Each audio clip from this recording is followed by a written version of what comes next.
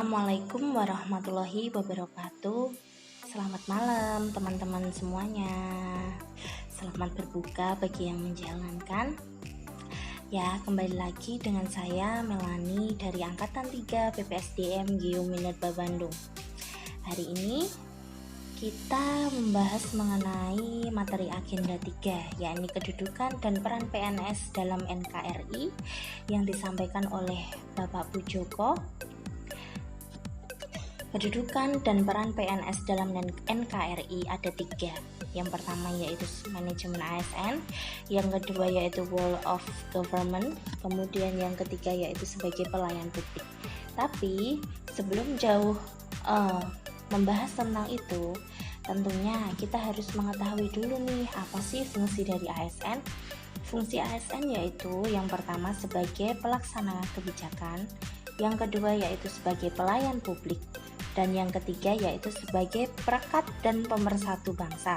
Apa sih yang dimaksud dengan pelaksana kebijakan? Ada yang tahu tidak?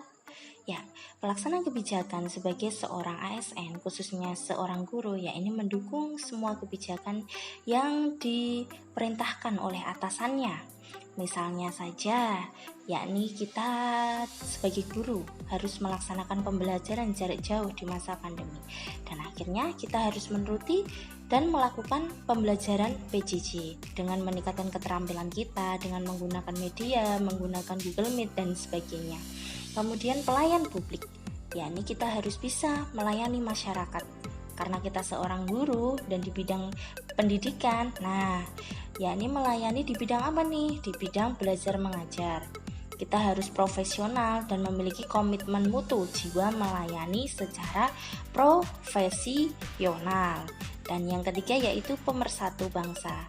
Pemersatu bangsa, ini kita harus netral ya. Kita tidak boleh terjerumus ke dalam partai politik, menjadi pendukung salah satu organisasi, dan kita sebagai seorang guru tidak boleh membeda-bedakan murid yang satu dengan yang lainnya, baik itu berbeda agama, berbeda suku, berbeda bangsa, berbeda bahasa.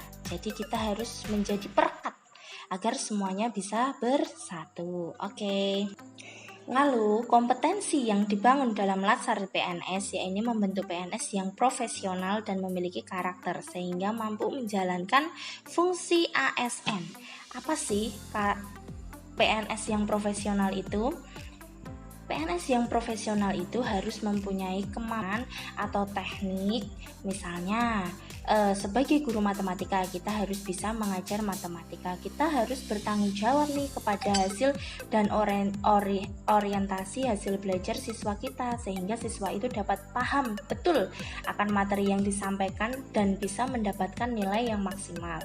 Kemudian berkarakter, ini harus mampu mengaktualisasikan nilai-nilai pembenaran terhadap pekerjaan kita yang kita miliki, atau kita itu harus berpegang teguh, atau kita itu harus memiliki prinsip seperti itu. Oke, kemudian masuk ke manajemen ASN. Apa sih yang dimaksud dengan manajemen ASN? Sebenarnya manajemen ASN itu lebih menekankan kepada pengaturan profesi pegawai, sehingga diharapkan agar selalu tersedia sumber daya aparatur sipil negara yang unggul selaras dengan perkembangan zaman.